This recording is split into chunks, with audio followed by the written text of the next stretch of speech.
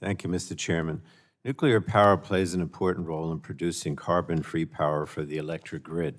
In April, this subcommittee held a hearing examining the current and future nuclear energy landscape, and just last month, we had all 5 commissioners from the Nuclear Regulatory Commission before us to talk about the NRC's vital work.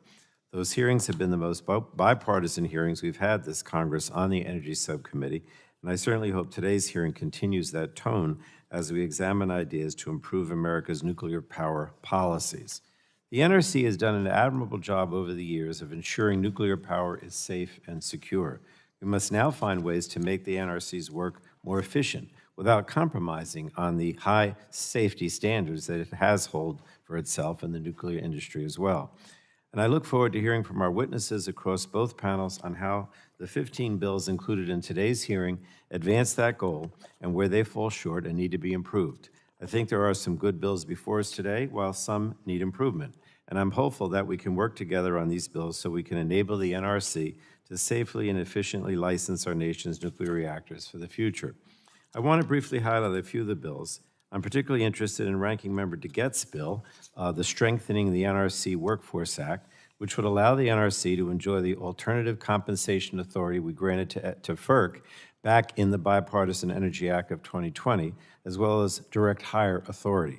This would allow the NRC to attract and retain talent and expertise, something that will be critical as we ask it to license advanced reactors. And then there's Representative Levin's bill, the NRC Office of Public Engagement and Participation Act. It would create an Office of Public Engagement and Participation at the NRC, modeled off FERC's Office of Public Participation. Last month in our hearing with the NRC commissioners, I asked Chairman Hansen about the concept, and he indicated that he would be supportive of it. The purpose of an Office of Public Engagement and Participation would be to demystify the NRC and increase the ability of communities impacted by its decision to access its proceedings. And I look forward to getting feedback on this bill today, and I'm working with the majority to find a way forward on it. I'd also like to mention the discussion draft based on Representative Latta's bill, the Nuclear Fuel Security Act. I support this bill so much that I offered it as an amendment during subcommittee and full committee markups of H.R. 1042, and I'm pleased to see that it has been included in this hearing with relatively few changes. I hope my Republican colleagues have reconsidered voting no on it twice. Nuclear fuel security is a vitally important issue, but we can't just ban Russian uranium without ensuring that there will be an American supply chain to replace it. Well, I support all 3 of these bills. There are some bills I have concerns with and would like to see changes to.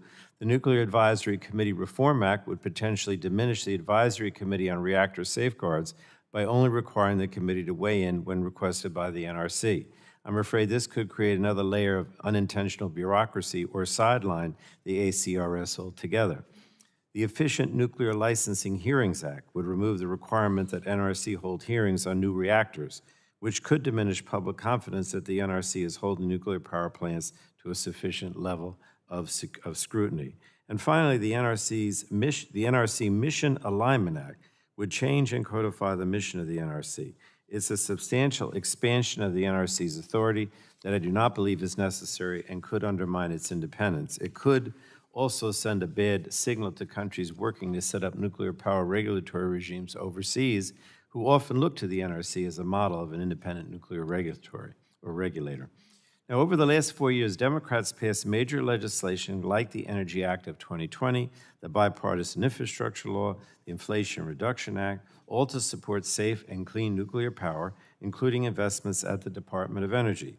These laws included historic climate investments to help us lead the rest of the world in the transition to clean energy, while also creating millions of good-paying clean energy jobs and lowering energy costs for Americans. So I'm hopeful that we can now work together to build on these successes. And with that, Mr. Chairman, I yield back.